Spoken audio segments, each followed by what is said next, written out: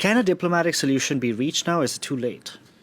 Well, I think it's never too late to reach a diplomatic solution. It's just a case of whether both sides want to reach that diplomatic solution. And I think this is going to be more for the cameras, more for the domestic consumption, especially as far as Russia is concerned on Russian media, to show that, well, Russian officials have met with Ukrainian officials on the border with Belarus, but those Ukrainian officials don't want to go any further or accept our demands for ending the conflict. That is why we are doing the right thing by pushing into Ukraine to get rid of this nationalist regime, which is committing genocide in the east of the country.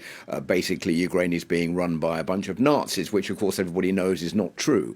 On the Ukrainian side, I think President Zelensky is keen to show that he's doing everything he possibly can to try to reach some kind of ceasefire with the Russians. He's made it clear that he doesn't believe these talks are going to go very far. There's no mediator, there's no agenda which has already been set out, but he's going to try to show goodwill with the Russians to try to work out some kind of solution. It won't be President Zelensky meeting President Putin. This is just a discussion between delegations from both sides. But I think the opinion from many observers is that this probably isn't going to go very far, and it will just be maybe a delaying tactic, and that's all. But we won't be seeing any kind of ceasefire. Now, I wanted to ask you in a moment about what this whole Russian invasion has resulted in, because earlier today we had Ukraine's president who asked for the immediate membership of Ukraine to the European Union. Take a listen to what he had to say. We appeal to the European Union for the immediate accession of Ukraine via a new special procedure. We are grateful to our partners for being with us. But our goal is to be with all Europeans and, most importantly, to be equal. Philip Turrell, can EU accession be fast-tracked?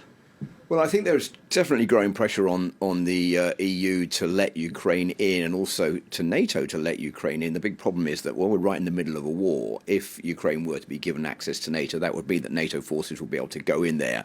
And I think there is a lot of reticence, particularly on the side of the United States, to do that, because they know that if NATO is allowed to go in to attack Russian forces, that is tantamount to them being World War III. Exactly. So I don't think that is something that's going to happen in the short term. But I think definitely if Russia comes out of this with a bloody nose and doesn't manage to take control of Ukraine, that will precipitate Ukraine's membership of NATO and maybe of the European Union. I mean, I'm just guessing here, but I suspect that will precipitate what we've seen across the European Union in the last few days was totally unthinkable just a week or so ago, where we have all of the countries coming together to make shipments of weapons to Ukraine, something that Sweden hasn't done since 1939, something Germany hasn't done since the end of the Second World War. So there's been this cohesion that has come together over the last week or so, and that is something I think that makes it clear that the European Union and the West is not willing to